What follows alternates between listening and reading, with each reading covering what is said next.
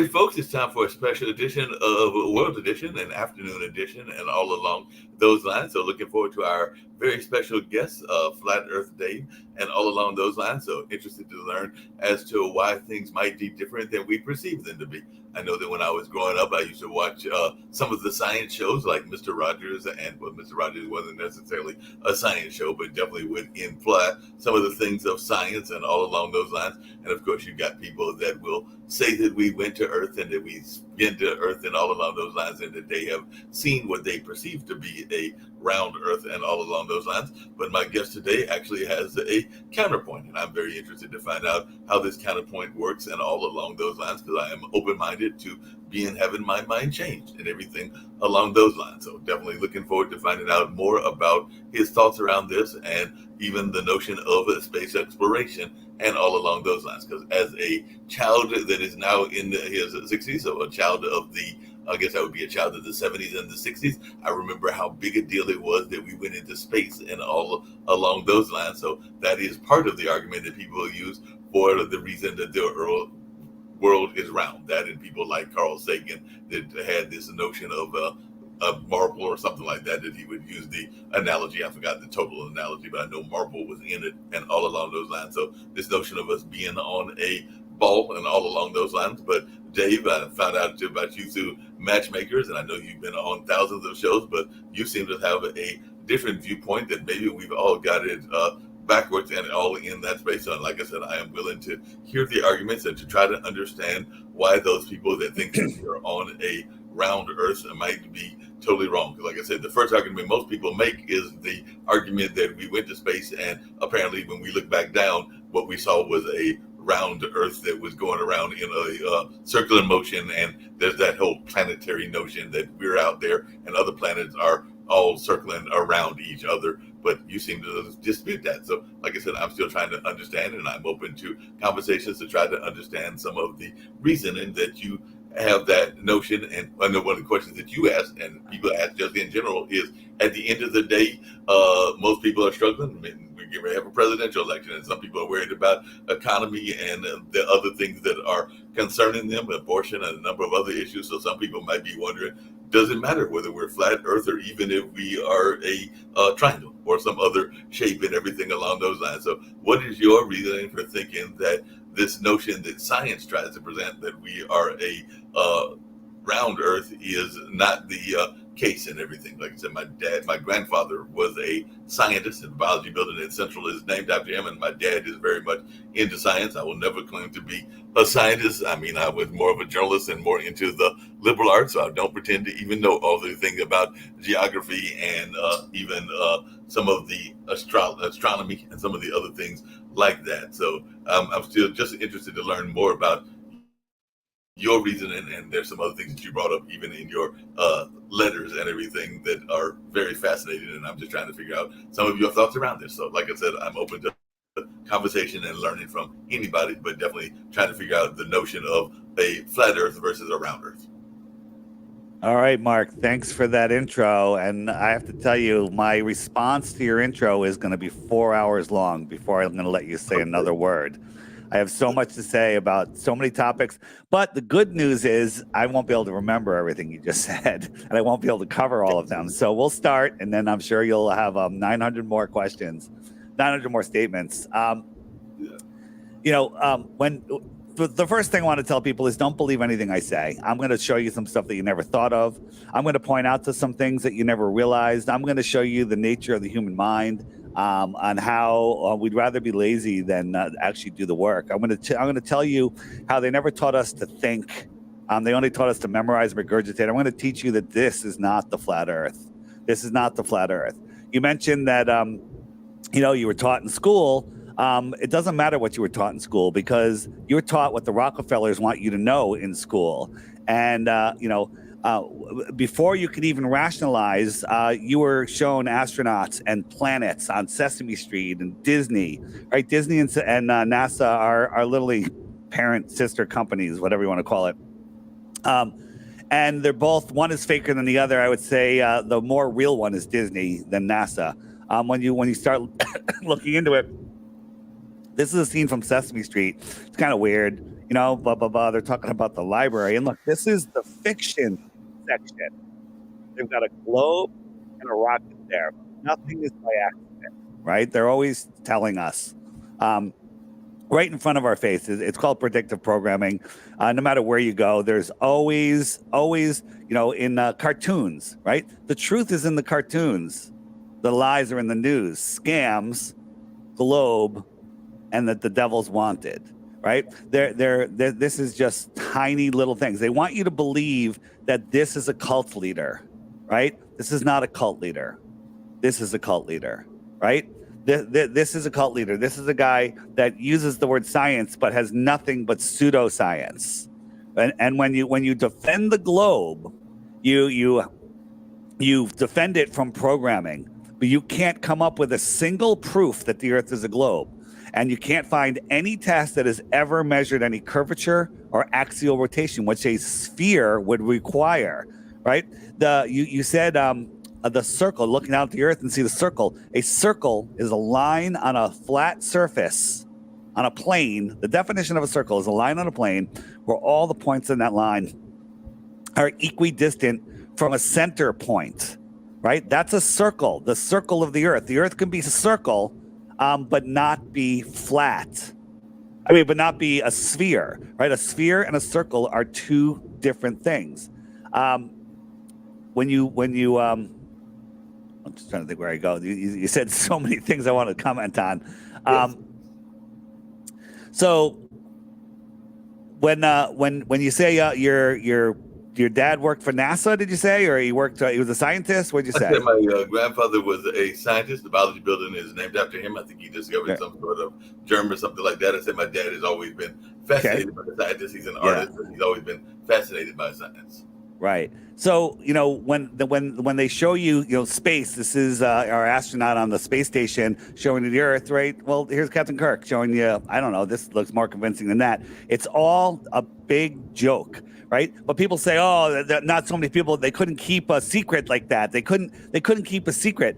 Yeah, they can. Right? Well, the trained response is they couldn't even keep a BJ in the White House a secret. That's a psyop. That was literally let out to make you say that. Make you say, oh, that's what you said. What difference does it make? I still have to go to work on Monday, right? What difference with all the stuff going on in the world, with the election, with the child trafficking, everything? What difference? Well, the shape of the Earth doesn't matter. It's your position in it, your power within it. And basically, the controllers have created a fake world away from the creator. So therefore, they can make the rules. If you play on their ball field, you have to play by their ball rules. And then if they control you with the money and the food, then you are controlled 100%. We are slaves on a farm. The ISS it's all the spacewalks are done in a pool. There's a pool called the National Buoyancy Lab where they do the spacewalks. And there's a full ISS in this crystal clear pool, right? You just switch it like that, and they go, well, look, we're in space. They just green screen the backgrounds, and we have evidence of that. Right? They have this was here's a shot, green screen on, green screen off, right? These are scuba divers moving these guys around. They're supposedly practicing, but this is something that NASA aired showing you is real. It's the exact same scene, right? And then because you see this, you're like, oh, that's so cool, right? Whenever you see someone on the ISS, you see them always playing with something. Here's a recent picture of the ISS orbiting, and all of a sudden there was this seam going across the Earth. What is that seam? Now what that seam is? That seam is stitching of different layers. That's showing you that it's complete and total nonsense, right? This is the show, The Big Bang Theory, right? Remember, the Big Bang Theory? It's a popular show, right? This guy's on the ISS. He's doing a better job than they do on the ISS. He's floating around. He gets a pen. He floats it. He can flick it, right? Does that prove he's on the ISS? They're literally mocking us with the Big Bang, right? They're mocking us. So the question is, how many times, how many things do you have to show that prove that they're faking? And it's only one, in my opinion. But whenever you're being hung by wires and pretending to be weightless, your head will always automatically try to go upright. So these guys are hanging, but why are all of their heads tilted upwards? Why? If you're in space, your head should be perfectly in line with your spine, but they're always tilting towards the upward direction. doesn't make any sense. It doesn't make any sense at all, right? And then when they say, if I said, where is the land? What would you say? Where's the land? We're looking down from the ISS, right? Where's the land? Do you see curvature? I paused it for a second. And the answer is, most the global apologists will go, yeah, it's curvature. They're out in the middle of the ocean, right? NASA gets $80 million a day or $75 million every single day. We filmed this in our front yard with a solar panel, and we just filmed it upside down and spun it over, okay? And so that is more convincing than what the ISS shows us. This is the ISS. This is the external tank. It weighs like 20 tons empty. It's steel. It's falling out of the sky from the space shuttle. This thing is gigantic. You could probably fit 10 Mack trucks in there, okay? Look at Felix Baumgarten when he did his space jump. Watch how fast he falls. He's falling. How are they keeping this in frame? How are they keeping this in frame? And here's the worst part. The guys that are filming this are actually on the shuttle going 20,000 miles an hour upwards while this thing's free falling, and somehow they can keep it in frame, right? Does that make any sense? It doesn't make any sense. The problem is when people start seeing this stuff, they don't want to think about it. The ISS is arguably the most incredible construction project in the history of the world. They built a space station in space. Mission control must have been like, okay, connect this piece, move that nut, right? They never showed any of it. They didn't film any of it. This is the only construction. This is admittedly a CGI animation. They forgot to film the entire thing. And then different countries built different parts. And the doors didn't match, so they had to build an adapter. A third country had to build an adapter to make them so they can connect. They never put it together on Earth. They just put it together in space for the first time, and there's no leaks. It works perfectly. These solar panels, right, wouldn't be enough. I was in the solar power business. Wouldn't be enough to power the lights on that thing, let alone air conditioners and heaters that have a 500-degree swing every 90 minutes. 500-degree swing? This thing's been working for 20 years? And no maintenance is needed. You got to be kidding me, right? So I'm just destroying space here because it is ridiculous. This is supposedly a real photo of the ISS from an approaching spacecraft. Right there, that's the shuttle. I believe that's the shuttle docked, right? Is that the shuttle right there? Yeah, that looks like the shuttle. No, hold on. Is that no? This is a different one. So this is them just pulling up to it. Oh, no, here's the shuttle right here. This is the shuttle, okay? So does that look real or does that look like a friggin' model, all right? I'm sorry if I'm sounding a little angry. I get fired up when I talk about this. But I get one of the questions, just really quickly, because like you said, you raised a couple of interesting questions. What do you say to those people? Because some people that are listening to this now, like I said, I did send the email, so some of my panelists may join us. I'm not sure they will or won't and everything. But one of the things that people point to is, I'm not a driver. I'll just say what I'm not, and I'm not a driver and everything. But some people will point to the heels of Earth and everything. Because like I said, I worked at a newspaper in Boca Raton, Florida, and Boca Raton was very flat level. It was like flat land. So it would be easier for people there to kind of buy your philosophy and everything. Whereas people are seeing places like where I live in Durham, there are a number of places that are more hilly than others. So I think that one of the arguments that they use is that how would heels work if we are on a flat level? How would what work? How would heels? So like, a lot of people talk about like heels and inclines if they're driving. Heels?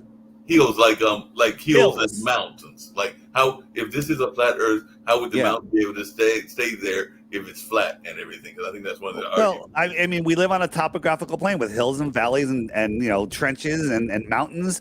It's just like go to a football field and get a dump truck and dump some dirt there. Now you have a hill on a flat surface. I mean, that's all it is. It's just we live on a stationary, non-moving, flat surface.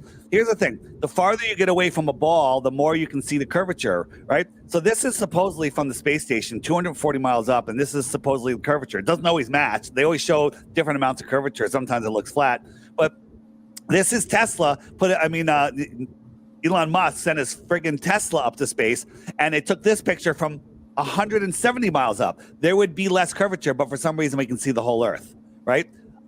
If a thinking mind will understand that one of these photos is fake or both of them are fake, right? It's absolute nonsense, the stuff that they show you, right? And they'll show you pictures like this. This is so cool. This is just a fisheye lens looking down at some island somewhere. I haven't identified the island, and it's ridiculous to even consider that space is real, because space is Narnia. Space cannot exist. You can't have a vacuum next to high pressure without a container. There's nowhere ever that you can show that air, if I had a box of air in a room that had no air and I opened it, all that air, it would instantly equalize inside the room. Instantly. But we have high pressure air adjacent to a void. Now they say, the pressure gets less and less and less and less and less until there's no air. Bull crap. Yes, it does get thinner as you get higher, but without a container, you can't have a pressure gradient. If you have a tank of propane that's halfway full, the bottom will be liquid, the middle will be a thicker gas, the top will be a thinner gas. But if you put a hole in that, all the gas is gone. You cannot have a pressure gradient. You can't have pressure without something to press against, right? You can't do any of it.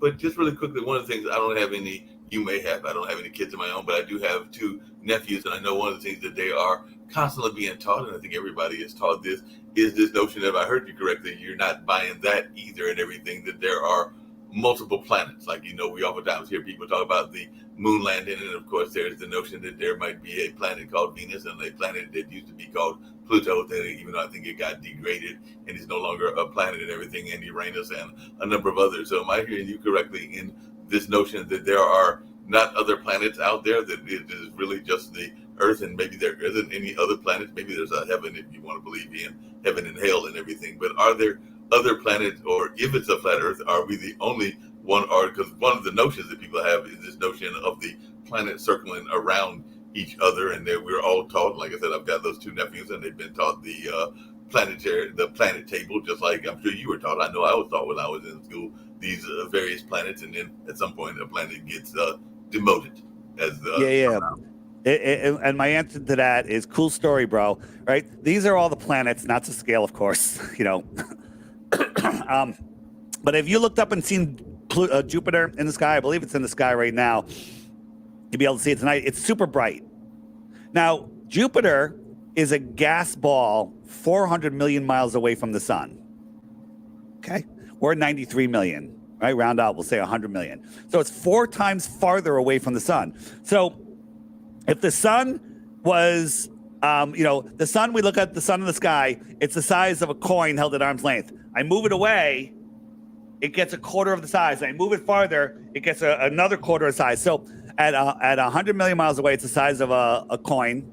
And then I move it to 200 million miles away, it's a quarter of that size. And I put it to 400 million miles away, it's a 16th of that size. So if you were on Jupiter, the sun would be 1/16th the size that we see the sun from Earth. So Jupiter's sun, our sun, is 1/16th of the size. It's also 1/16th of the brightness. So you have to believe that small little brightness sun is reflecting off of the non-reflective gases of Jupiter, and then that's traveling 300 million miles to Earth, where it's depleting because it's spreading out. The inverse square law of light says light gets dimmer over distance, and we see it as bright as we see it.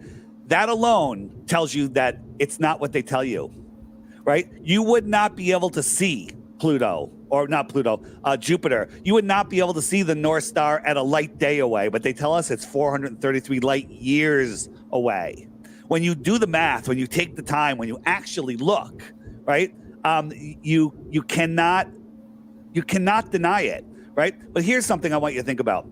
All of the planets orbit the sun. That's what they tell us, right?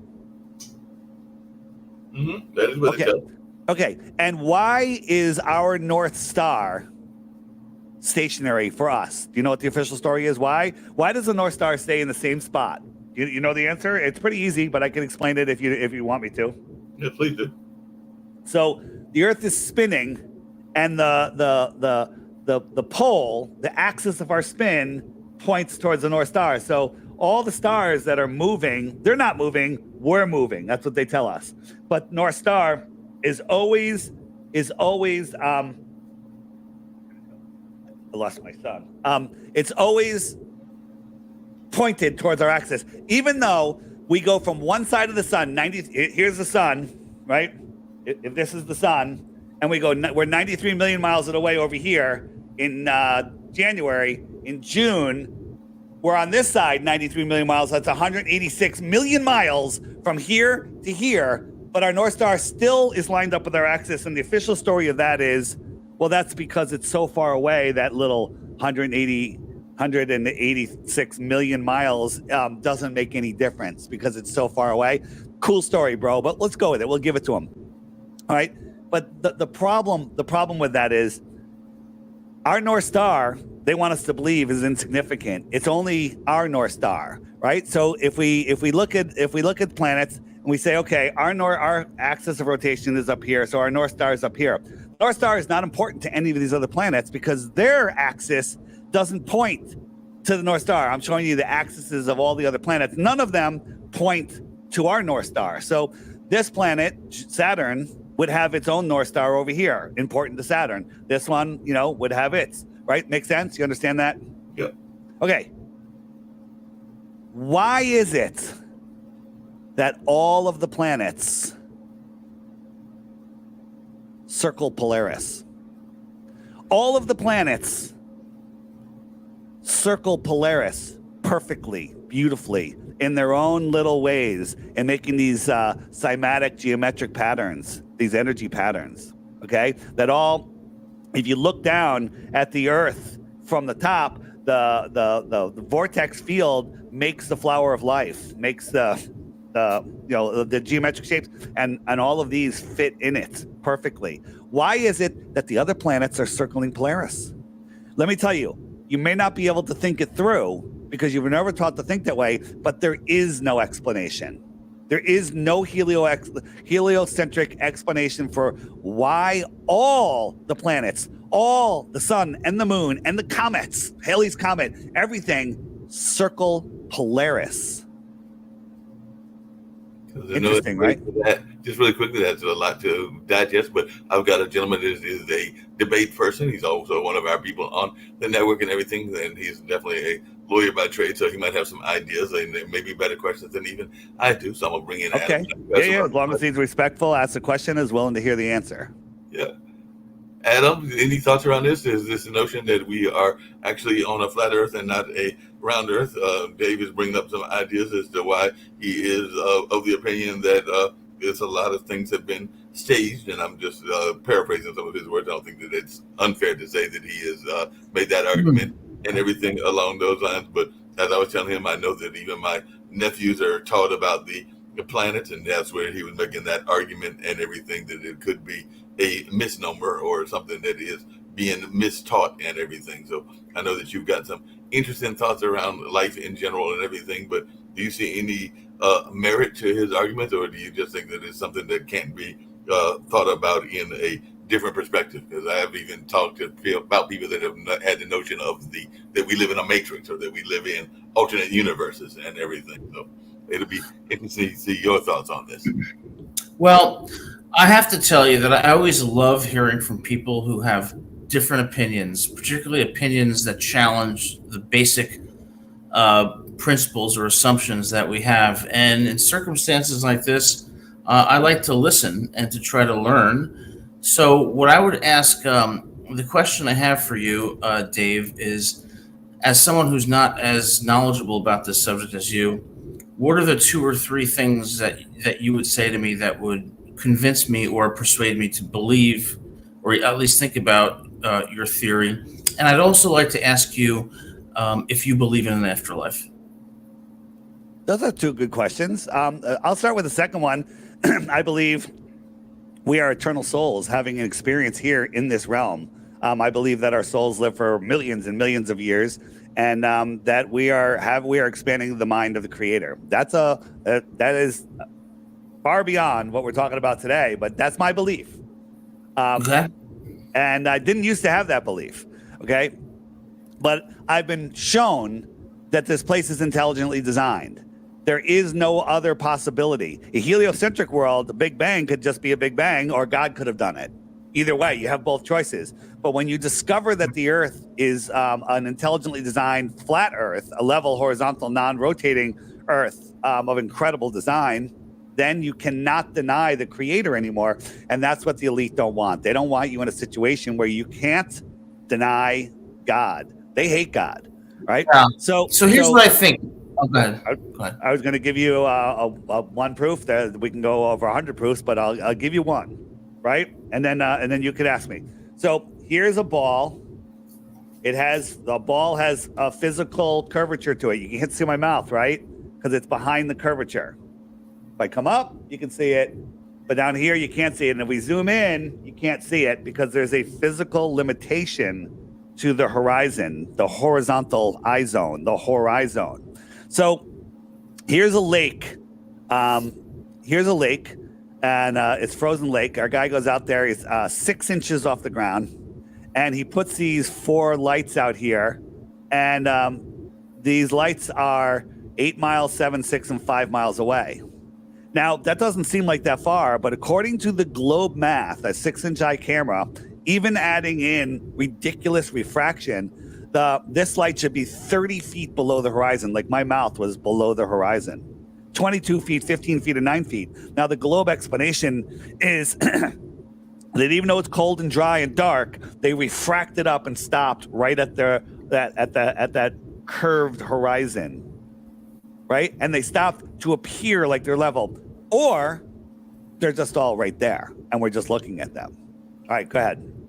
Just really quickly, I was going to add. Well, what I was going to say is that from briefly listening to you, you seem like a very intelligent person. You seem like a very analytical person. So when you put forth a theory like this that most would consider not credible, it makes me wonder, and it makes me question whether what we've believed for so long is actually correct. So, how convinced are you in your theory? Flat earthers know that there's much that we don't know.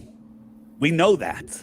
But we also know that the Earth can't be a globe because we've looked at high pressure next to a vacuum can't happen. We also looked at the axial rotation, the curvature measurements. We've tested and measured, and we've done everything. There's lots that we don't know. We don't understand what the lights in the sky are.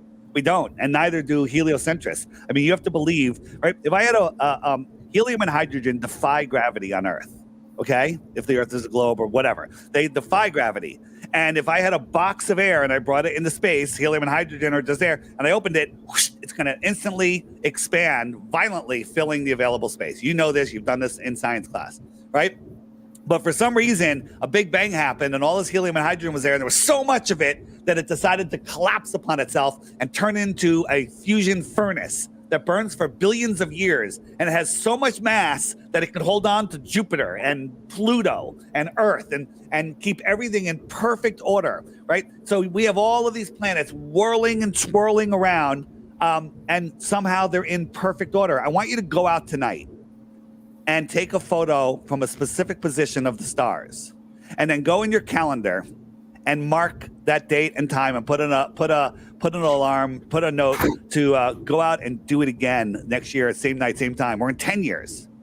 And you take those 2 pictures and overlay them on each other, and every single star will be in the exact same position. Now, they tell us that 80% of our stars are binary. As they're going around, they're binary, right? Our sun is moving at almost 500,000 miles per hour, flying through this crazy universe, never to return where it was before, right? So we have trinary stars, we have binary stars, everything's moving around like bees in a beehive if you throw a rock at them, but never once in history have 2 stars change position due to parallax. They would be changing every night, but they never, ever change. This is what's going on just with our solar system. And all of these other stars are doing their own crazy movements, but never once have 2 stars ever changed positions, right? So I would like to, Shaq, I'm going to give it, Shaq, it's all you after this. My only question for you is, how do you respond to the science and information that challenges your belief? What is your response to that?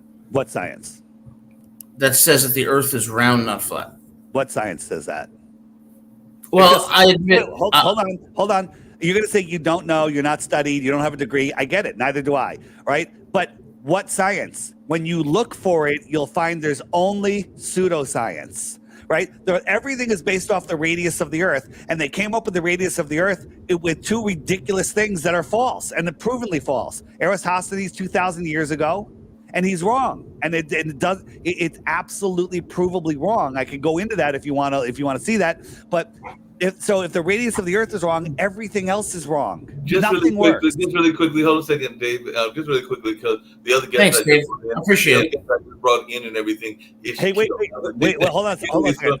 Shaquille is from Australia, and the nickname for Australia is the land down under, because apparently they're on the other side and on the opposite side of where we are and everything. So how do you explain that? Because that's one of the theories, is that Australia is literally on the bottom side of the planet and everything. If I can use that example.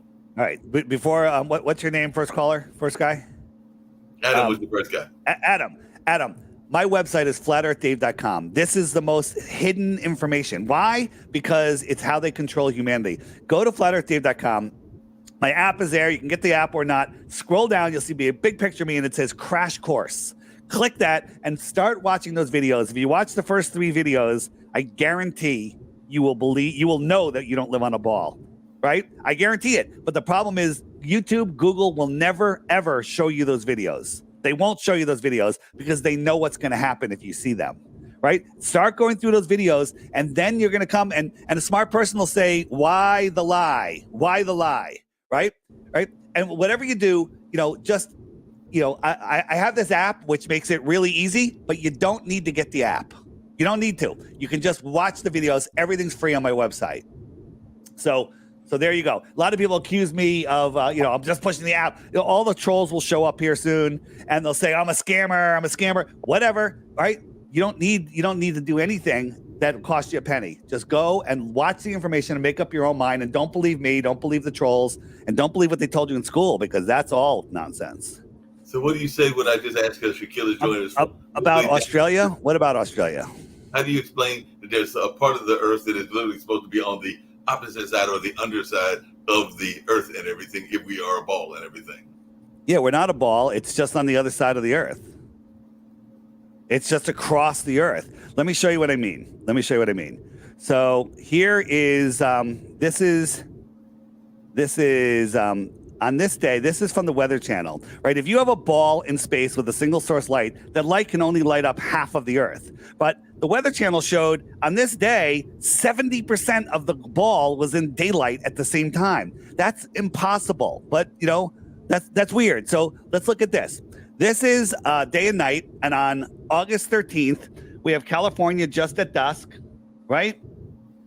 We have South America all in light. Everything's in light except Australia and these islands over here. This is real world data on a Mercator map. It doesn't matter if the map's distorted. This is real world data, right? This is real world data. So if we look at the Gleason's map, which is our best map, right? And we put the sun right where it was over Western Africa, and we lift it up. Can we create that same circle of light? Sure we can. In the light, right? We got America and just Australia, and these islands are in the dark. So we can create that. Very cool. Now let's look at it on a globe. We got our globe. It's tilted like 34 degrees like they tell us. So we got Australia over here in the pink. There's Australia. And we'll put Australia in the dark, just like it is in real world observations. We'll go to the other side of the globe. Now this is your map, right? We'll go to the other side of the globe. All of South America's in the dark. All of America's in the dark. Can't even see it. So let's spin it out and try it the other way. We'll move the globe just like we saw the light pattern in the real world data. So we're in the light. California is just on the edge of dark. We go back to the other side, and we got a problem. All of Russia and Europe and all of that is in the dark. I'll show you what's supposed to be in the light. All of that should be in the light. Doesn't work on a globe, works on a flat Earth. Does that prove the flat Earth? No, but it proves the globe to be false.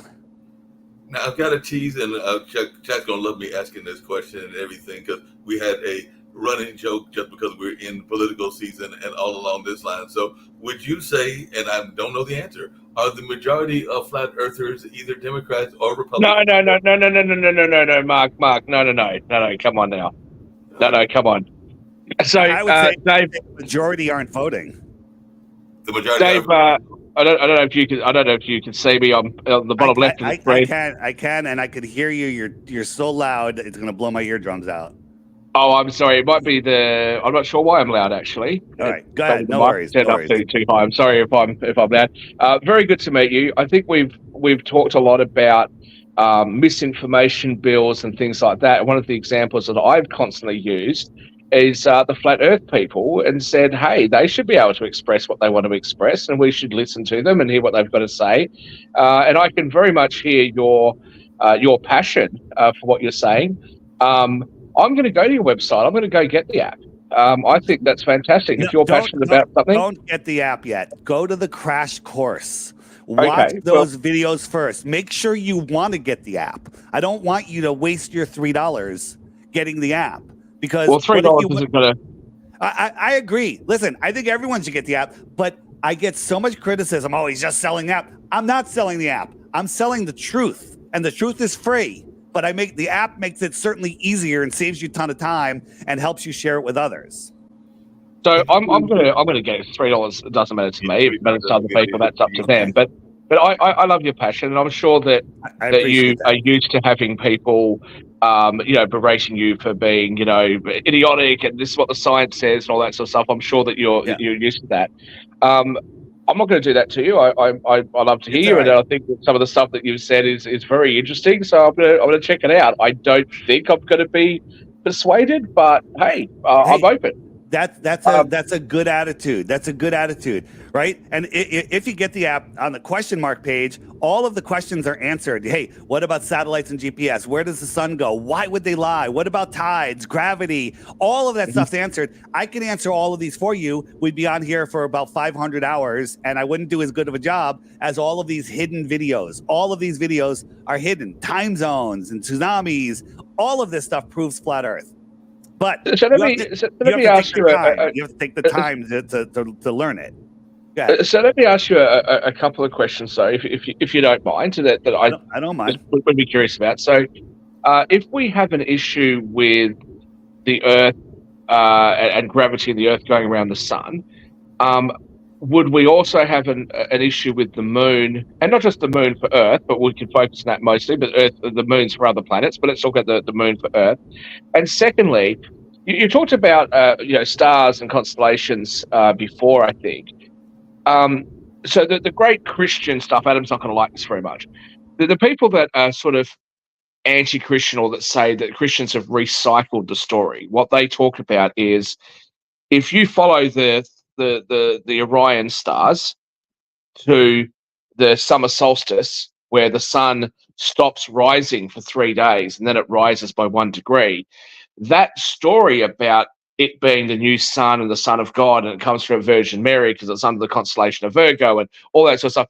That story is not unique to Christianity. We know that many religions over the centuries have told that same story. Sure. What would be your explanation for some of the constellational observations that have been made over the centuries by human beings that didn't know as much about Earth and about space? And remember that it wasn't that long ago, relatively speaking, that people did think the Earth was flat.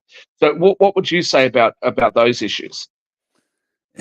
Well, first, you're saying a lot of things. First, you said the summer solstice. Well, we're not all upside down in Australia, so that's our winter solstice. You're talking about the December 21st. No, but I was referring to the Northern Hemisphere for Christianity's purposes. I'm with you, but you did say the summer solstice, the sun dies. No, the sun dies on December 21st, which is your summer solstice, our winter solstice. Yes. No problem. Yes, no problem. I'm just kind of making fun. I'm just making fun of Australia because I like making fun of Australia. Right.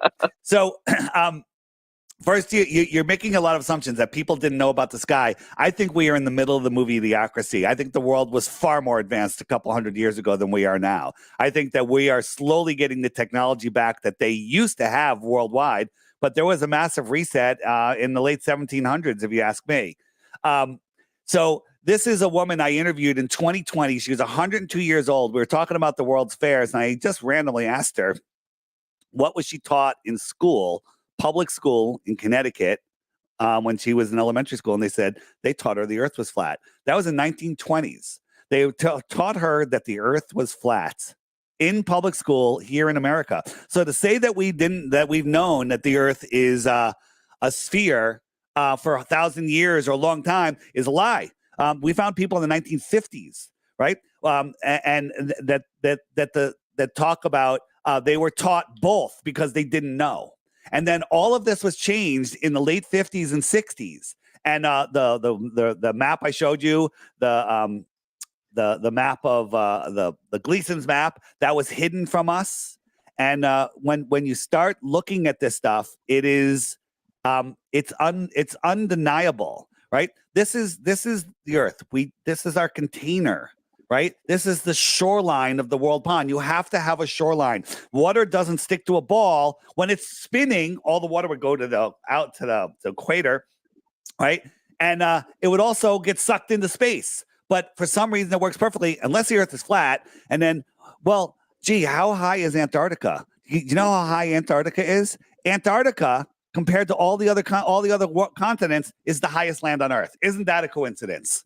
Okay? Antarctica is the shoreline of our world pond. It's the shoreline of our world pond, right? And so how do they do it?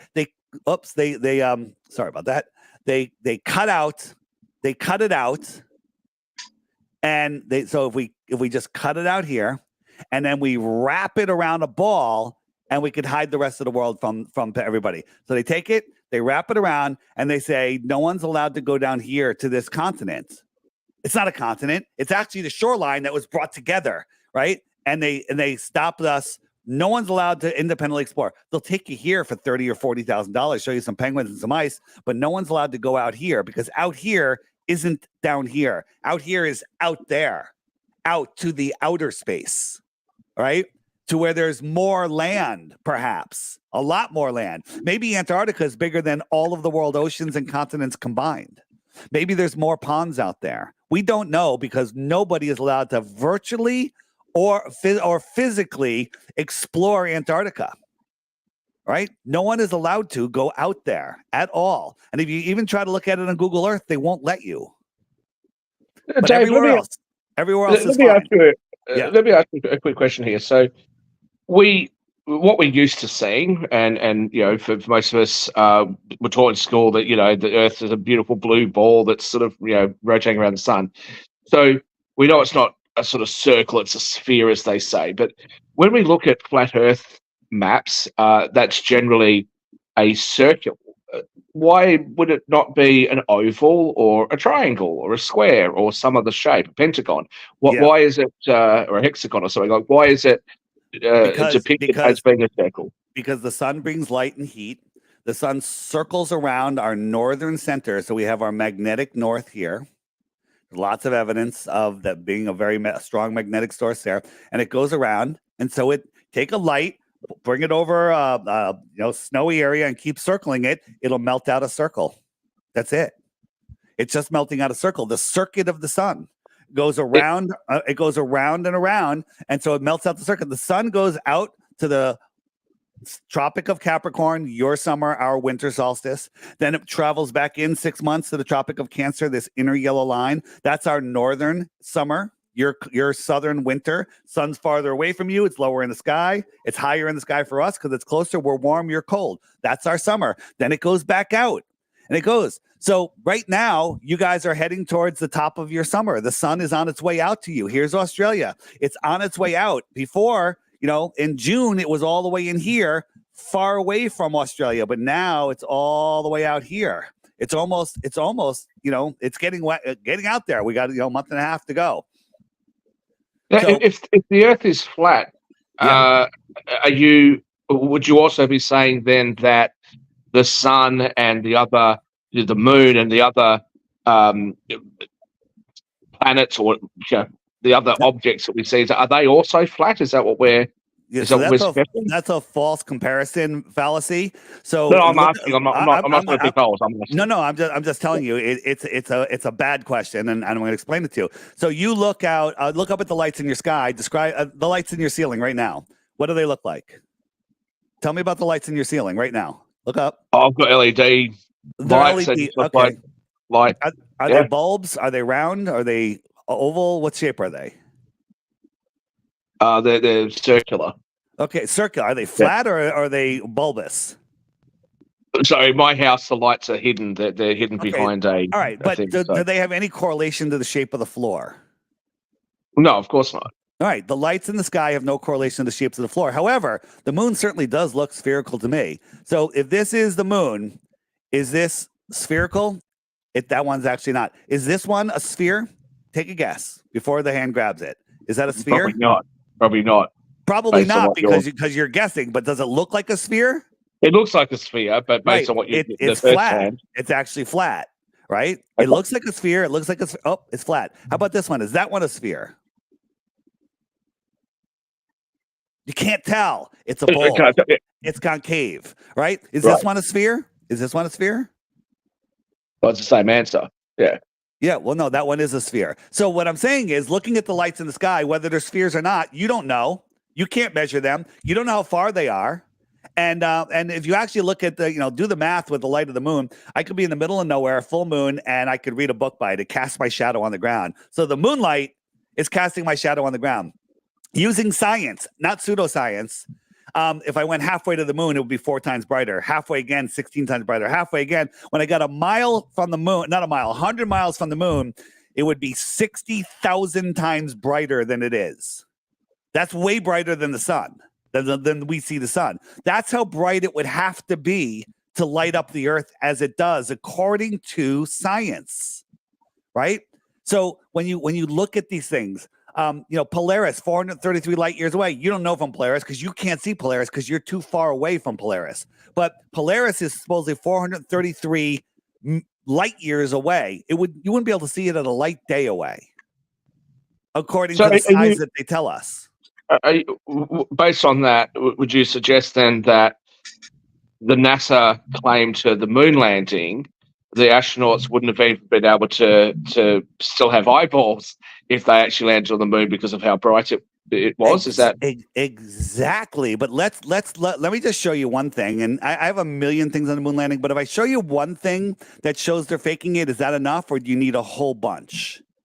Look, I'm going to go to your website, my friend, because I'm very fascinated by your ideas. As I said, I'm not sure that I'll be persuaded, but I'm going to go there and I'm going to definitely look at it. Well, I want you to watch the first 5 videos on the crash course, and they're really good videos. You'll be entertained. Okay, if it doesn't doesn't convince you, that's fine. So just check this out. Where's the sun in this picture? So look, you can see his shadow. Where's the sun?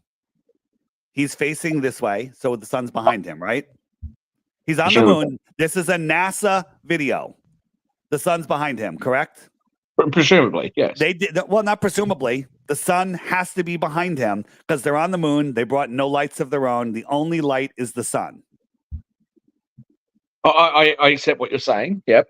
Okay, so let's watch. He goes to the right, and the camera's going to pan to the right. Look at the shadows of the rocks. Right? They're all okay. Makes sense. Shadows are going that direction. We go. We keep going. We keep going. And now look at the shadow. Where's the sun now? The sun's on this side of him. And then we keep going to the right, just a little bit farther, and somehow the sun got to the other side of him. And the shadow's going in the complete opposite direction. Complete opposite direction, right? So now watch this. We're going to go back to the middle. And you see these 2 light reflections, 1, 2, in his helmet. So we're watching. When he turns, you're going to see 4 of them. Ready?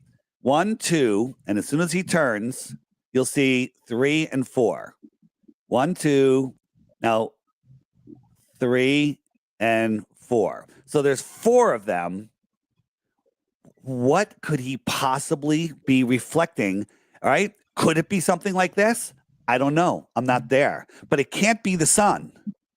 Right? So that alone is enough to show you that scene at least is fake. Maybe they went to the moon and they couldn't show us the actual technology because they didn't want the Russians to steal it. So they showed us a fake moon landing simulating, right? That is literally the best denying the best argument you can make, which is a ridiculous argument, right? And then you have to believe that this cost $38 million beach chairs, an umbrella, right? Duct tape, right? And then where are the tire tracks? You can't see close, but there's no tire tracks, right? What's going on? And you zoom in on this thing and see it. It's absolutely. Can I ask a question as a layperson? Yeah. Let's assume that you're right and the Earth is flat. What are the implications then for our public policy, our future, and how would that change the way we do things? Great question. So the answer is, if the Earth is flat, that means we are at the center of creation. That means that the governments are lying to us. That means that we have great power. That means that there is no denying creation. That means that they're hiding it for a reason. The reason is they don't want us to understand what this place is. They don't want to understand the power that we have. They don't want to understand that free energy is real, right? Because if you had a device the size of a roll of quarters that ran your car forever and heated and cooled your house to any temperature you wanted and wasn't bad for the environment and would do it for free for your entire life, would that change your life at all? Answer is hell yeah, it would. So that's an implication. This is about the government being a middleman. Government doesn't want to just get above you. They want to get above God. Government is not above you. They work for you. If they're lucky, you can have them below your feet. The only thing above you is up to you, is God, right? If you want to put yourself above God, good luck, right? So when you understand, the implications of what this is, and you figure out who you are, what this place is, everything changes. Everything changes. If you look at the millions and millions and millions of flat earthers out there, none of them fell for the nonsense. None of them fell for the boogeyman, the jab, right? They're all awake to all of the nonsense in the world. Because if you can convince somebody that they're a random speck expanding into an infinite universe, they tell us that the universe is space, is expanding into non-space at 1 billion miles a minute or something like that every day forever. Well, that's dumb. It's stupid. Okay. So if the Earth is flat, then are all the planets in the solar system flat? Well, I sort of already asked that. So let's go back to planets, because we really didn't get there. People are stuck on the heliocentric idea of planets and stars. They don't exist. There's lights in the sky. We could not see the stars the way that they tell us. Like here is this is the star Betelgeuse, right? Our consumer optics, right? Does that look like a burning ball of gas in a space vacuum, which is scientifically impossible, or that's trillion miles away? That is not. Here's another one, right? Look at this one. What is that? You know what it is? I couldn't tell you what it is, but it's not a burning ball of gas trillions and trillions and trillions of miles away. They say the closest star is 4 light years away. That's 25 trillion miles. Do you guys understand what a trillion is? All right, I say this in every show, right? How long is 1 trillion seconds? Does anyone want to guess? Well, you can't count them. I know that. How long is 1 trillion seconds? If you guess it within 1 week, I'll give you a Bitcoin. You got 5 seconds. Take a guess. Nothing to lose. 30,000 years. Close. You've heard this before. 31,000 years. 31,000 years. Well, if you've never heard it before, you're the first person to come within 20,000 years. Okay? All right? 31,000 years. That's 1 trillion seconds. So if we were traveling a mile per second, which no one's ever gone that fast, we went to the closest star for 31,000 years. We have to do that 24 more times to get there. Right? That's what they tell us space is. They want us to feel insignificant. They want us to, because if you feel insignificant, if you're trapped on a ball, a ball is a place of lack, right?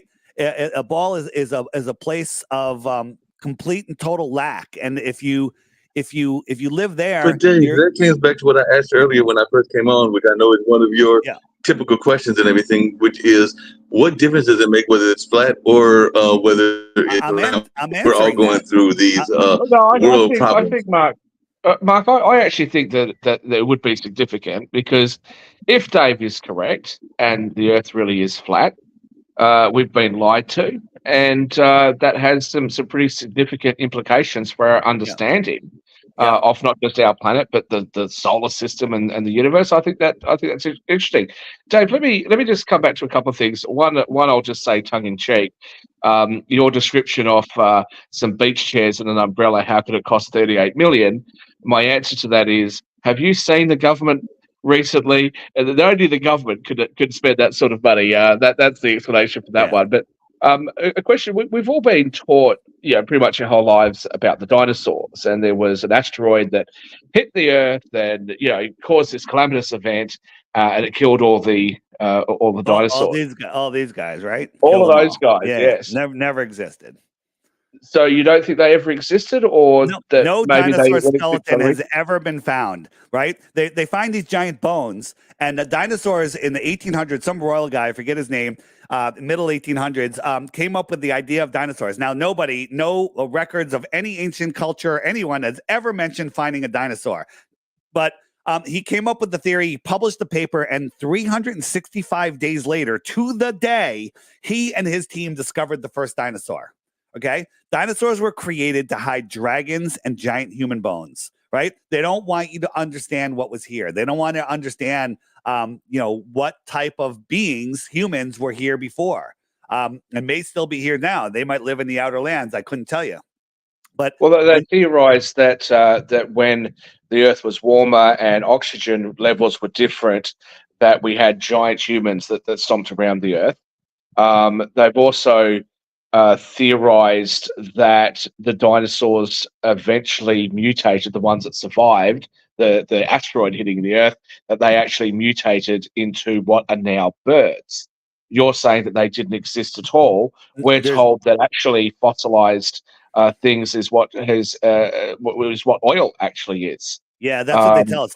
Hold on. They tell us fossil fuels. They tell us, we have Lucy, the missing link. But then when you look into it, you find out that was faked, right? All of the missing links that they've created over time have all been proven scientifically to be faked. Why do you need to fake something? Well, I can't find any evidence of it, so we're going to fake it. Okay, cool, right? Why do they need to fake space? Why do they need to fake floating on the ISS? Right? If they're really in space, why don't they show us themselves really floating and stop using green screens and wires and augmented reality?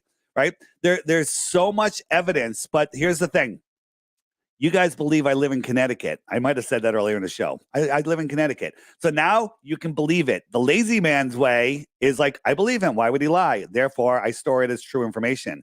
But if you wanted to take the time and learn the truth, it's going to take a lot of time. It's going to take a lot of time. So you're not going to do it. You're not going to spend the effort to research this stuff. You're told a bunch of bullshit in school and you can regurgitate it. And if you do it really well, you can become a teacher and you can get a degree. And if anyone ever questions what you're saying, you can point to your degree and say, where's your degree? I studied the bullshit and I regurgitated it perfectly. Right. And if you do that, then everyone has to believe you. I say following the masses is very dangerous because the M is silent most of the time. Dave, I'll just let you know, I love what you're saying. I'm fascinated by it. As I said, I will check out what you're saying and see if my mind will be changed. Just to your question about how I calculated that, I hadn't actually heard it before, but I am in finance, so maths is one of my strongest suits. But keep your Bitcoin. I'm not interested in that. I'm much more interested in what you have to say. And I think it's fascinating, and I really, really love and admire your passion. I appreciate it.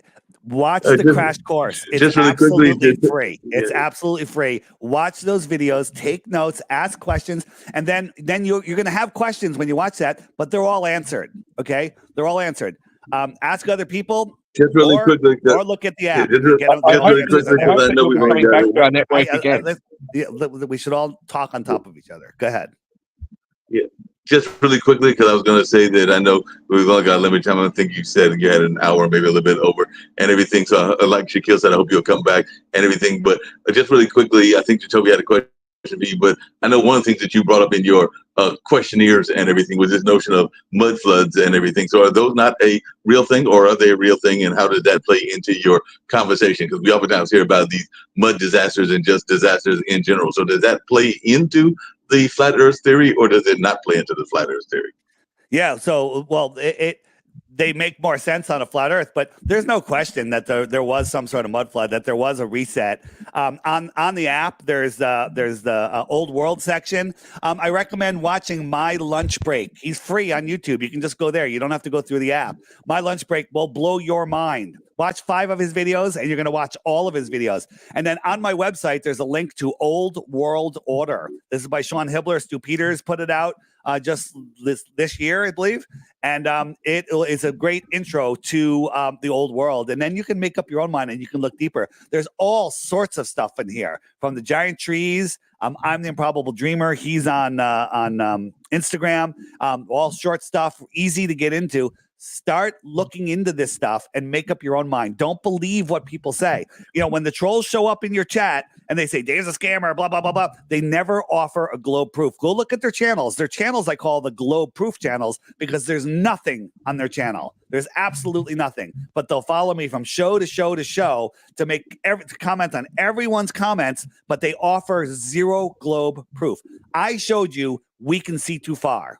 I showed you that you can't have high pressure next to low pressure. I taught you about the inverse square law of light, and you can't deny this stuff, right? Let me show you another one. This is one I show often, and this one, I like this one. This is Southern Flights, right? If you looked into Southern Flights, right? So this is the globe.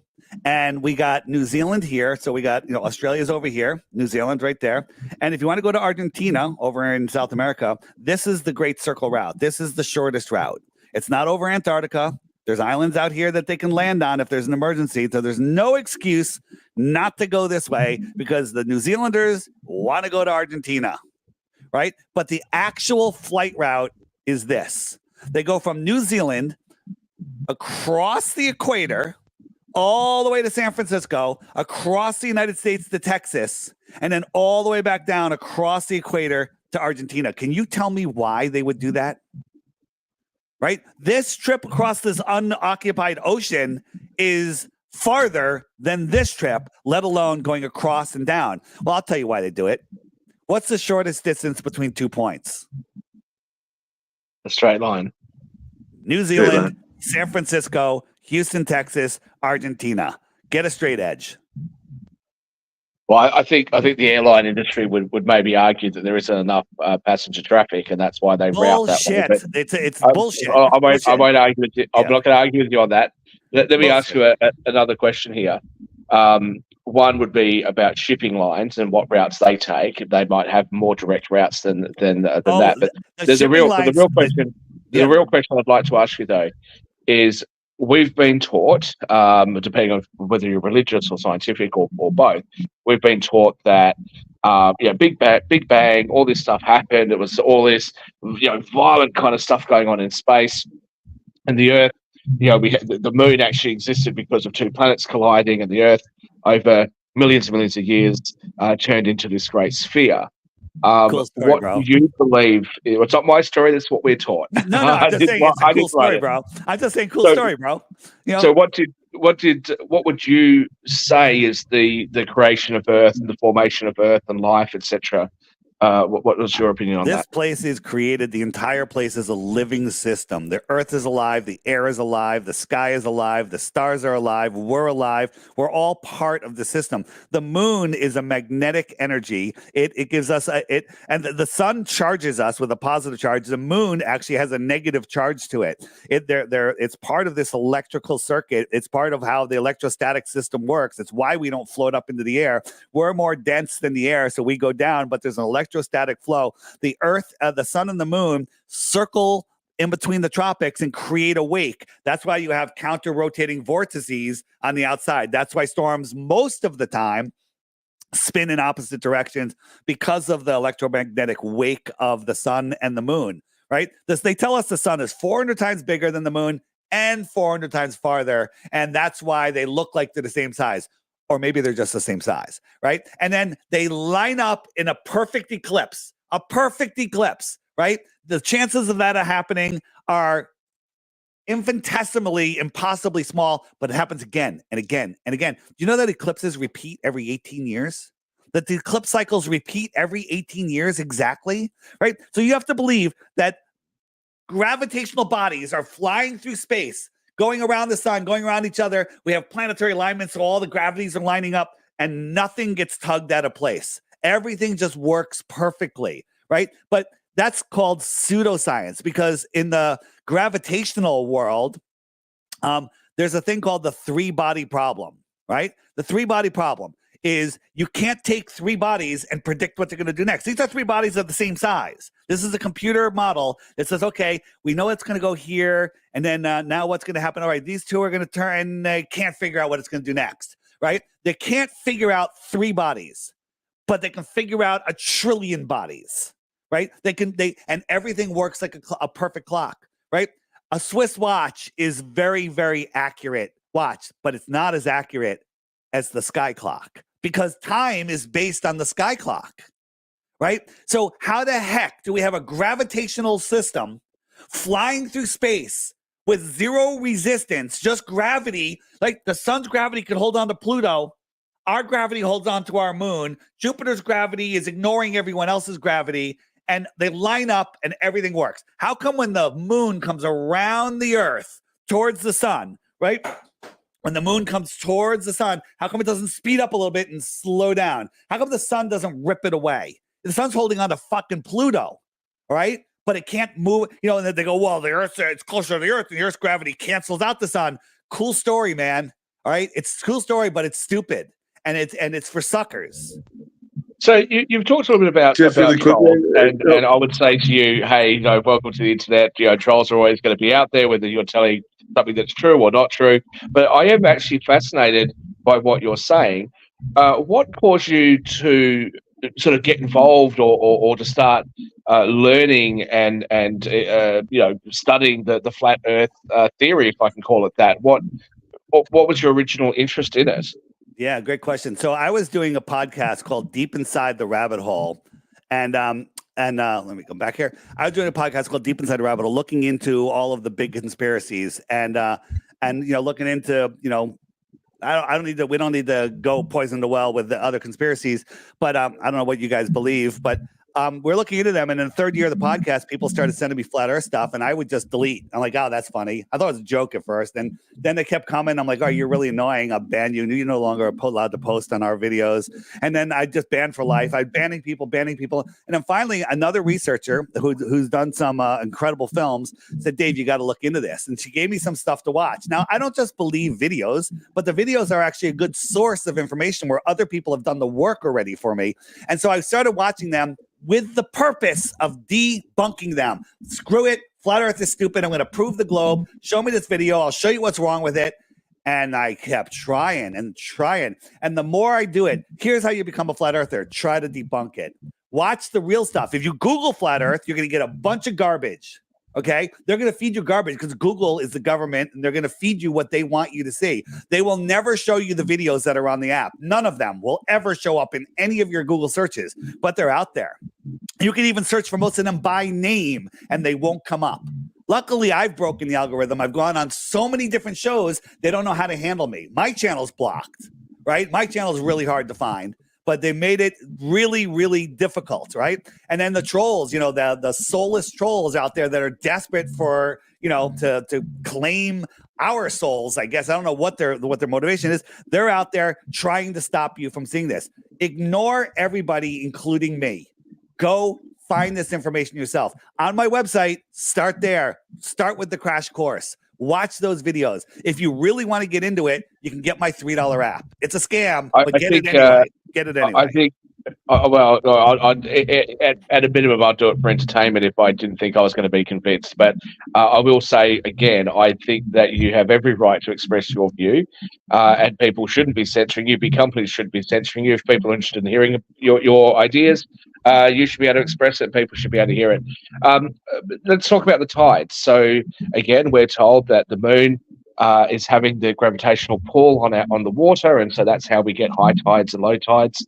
What would be the theory on that from you guys? Yeah. So we're the tides are ridiculous. Think about this: if the tide's pulling on the ocean, it should pull all of the water to the center of the ocean and away from the shoreline. So it would be low tide instead of high tide. So here's the moon, and I'm dyslexic here. So it's pulling the water. This is the official story of tides, right? It's pulling the water away from the earth, creating a bulge. But there's another high tide over here on the other side of the earth, 12 hours away, 12 time zones away, right? And the official story is it's pulling the earth away from the water, leaving another bulge. That's the official story. Okay, that's what Neil deGrasse Tyson says it is, and he says that the Earth is rotating inside that bulge. Right.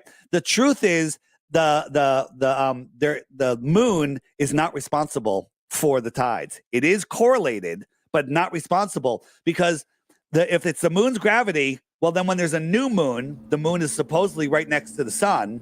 Then you have the sun and the moon pulling on the water at the same time. It should be super high tides, but the full moon is when they're the highest tides. Well, the full moon is when the sun's over here, and when the sun's over here and the moon is over here on opposites. I'm dyslexic. It's on opposite sides of the earth. So when the moon is over here and the sun is over here, that's when there's a full moon and we have the biggest tides. But when the moon and the sun are both over here.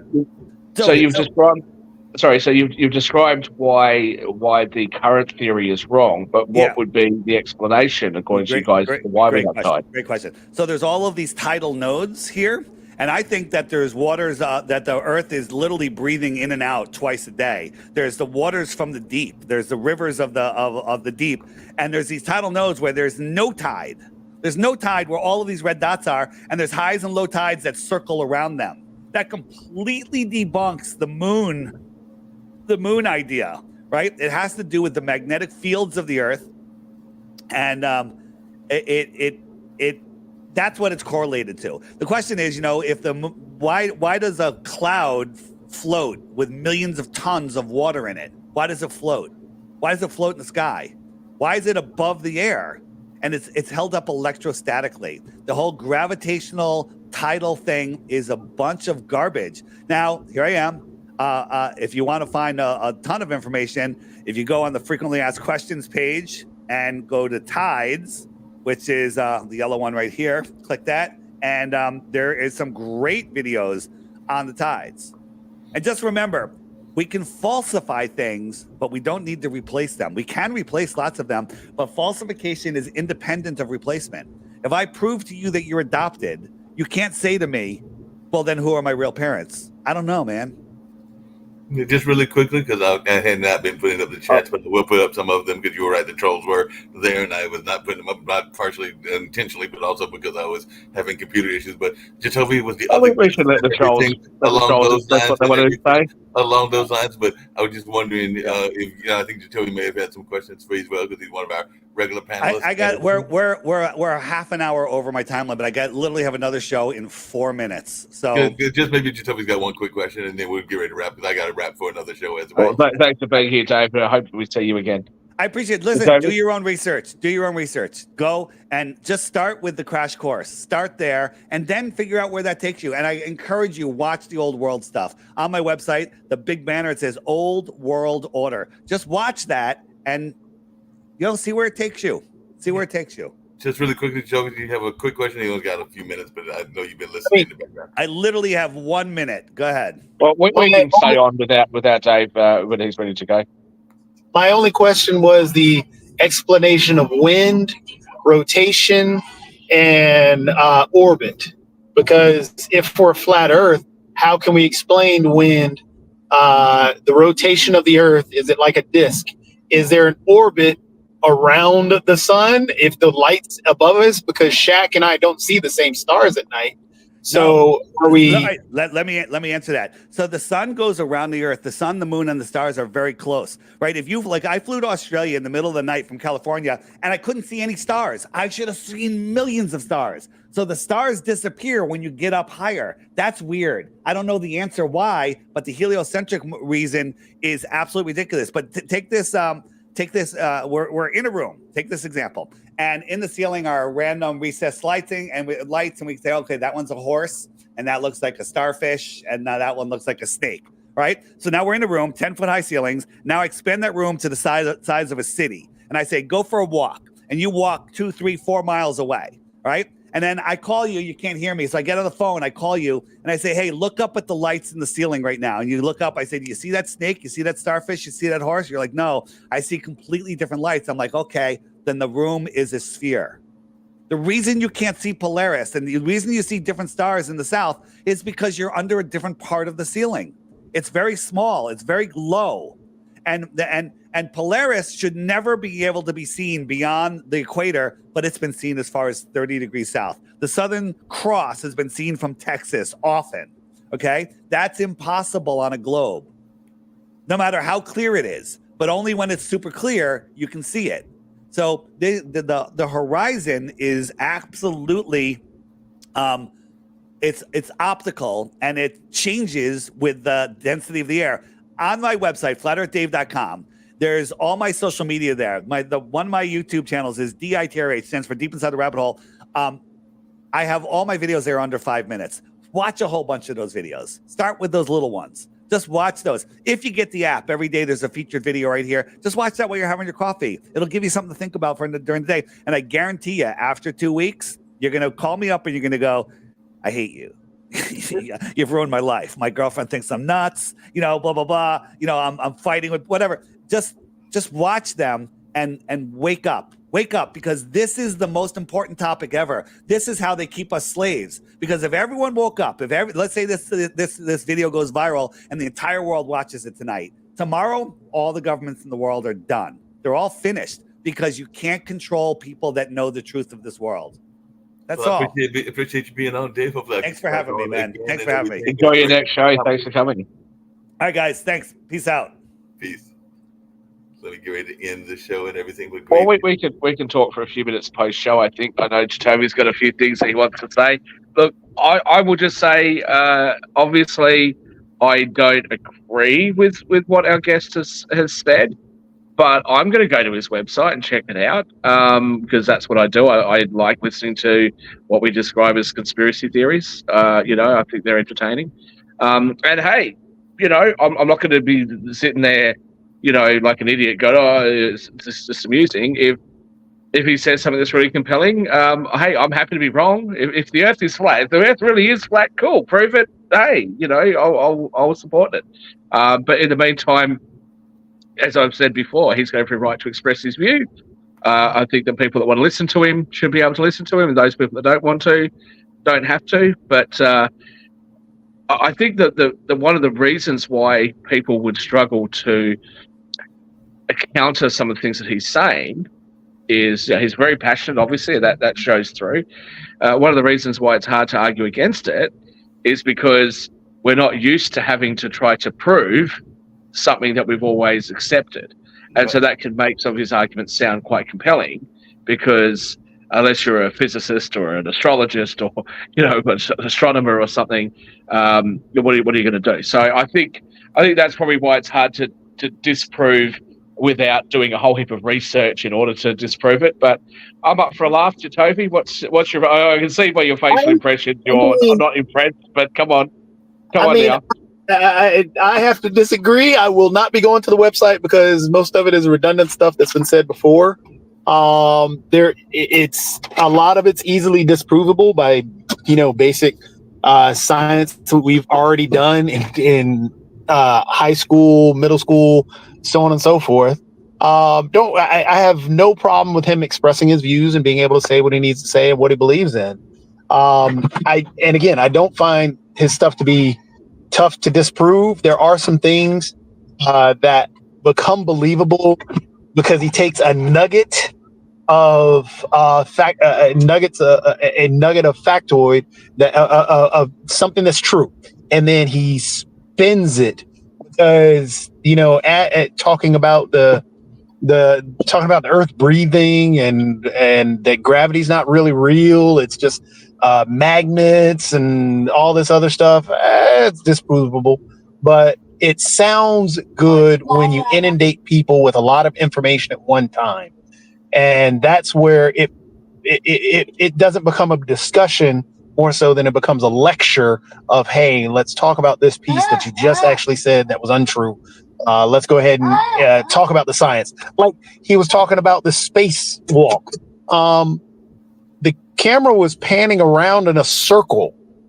You're saying that the sun is supposed to stay, and at one point, even on Earth, when we do that, it does the same thing. So it was just the nugget of truth and the reflection of Earth, all that stuff. Yeah, fun. You're leaving me.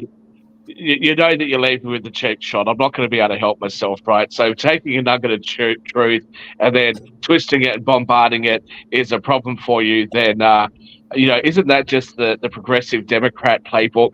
But okay, it was a cheap shot. I couldn't help myself. Progressive Democrat stuff. It wasn't even about with our usual thing and everything. Y'all can stick around and talk. I've actually got to get ready to go to Haytime as well and do one other show. But I thought it was an interesting discussion. And like you said, Toby, he brings up some stuff that clearly disproved. As I said before, clearly he's very, very passionate about it. Look, I don't believe what he's saying. I think it's fascinating. But then again, David Icke, he talks about us all living in a hologram. The Matrix movie was very interesting. Are we all living in a computer simulation? This is interesting stuff. So, we can explore it and play with it and have some fun with it. I'm not sure. The comment that he made as it was wrapping up was, hey, if this was true, all the governments would be done for.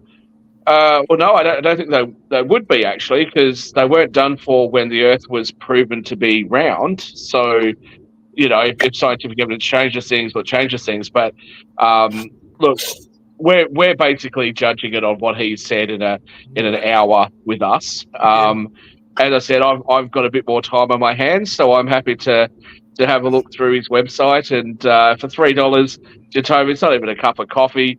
So I'll get his app and I'll have a bit of a play around and have a bit of fun and see what he's going to say for himself.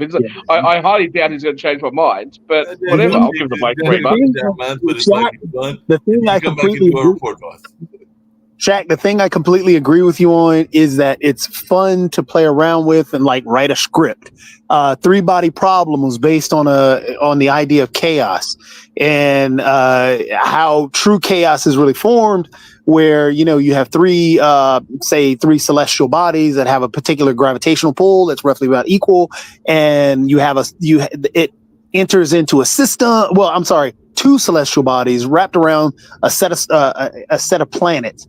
How will those planets go in terms of that orbit? I mean, looking at that breeds true chaos. And looking at that, you can't really figure out or predict at one point where the planet rotation would be and how all that stuff. Yeah, you could do that with flat Earth theory, but the chaos stuff is real.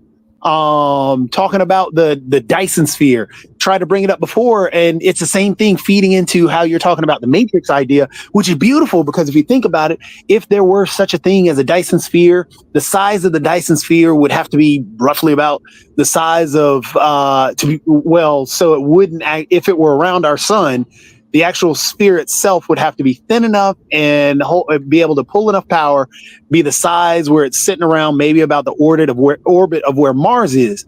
And that could actually set up a Matrix style thing where we're sitting inside of a hologram and all the other stuff, because that's the amount of data and energy, the amount of data and computer processing that it would need, and the energy that it would need to do a full-blown simulation of what we are living in. So that's another story that could be cool to look at.